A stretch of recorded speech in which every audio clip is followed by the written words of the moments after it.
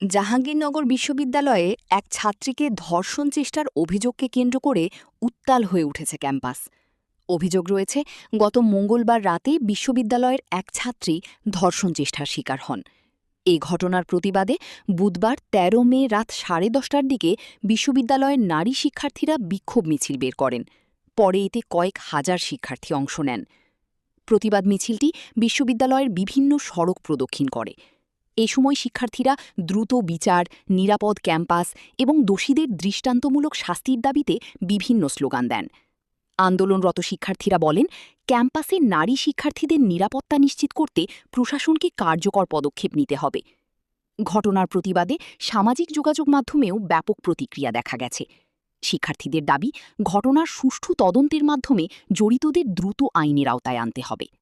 জাহাঙ্গীরনগরের বিশ্ববিদ্যালয়ের যে প্রশাসন রয়েছে তাদেরও কিন্তু গাফিলতি এখানে আমরা দেখতে পাচ্ছি।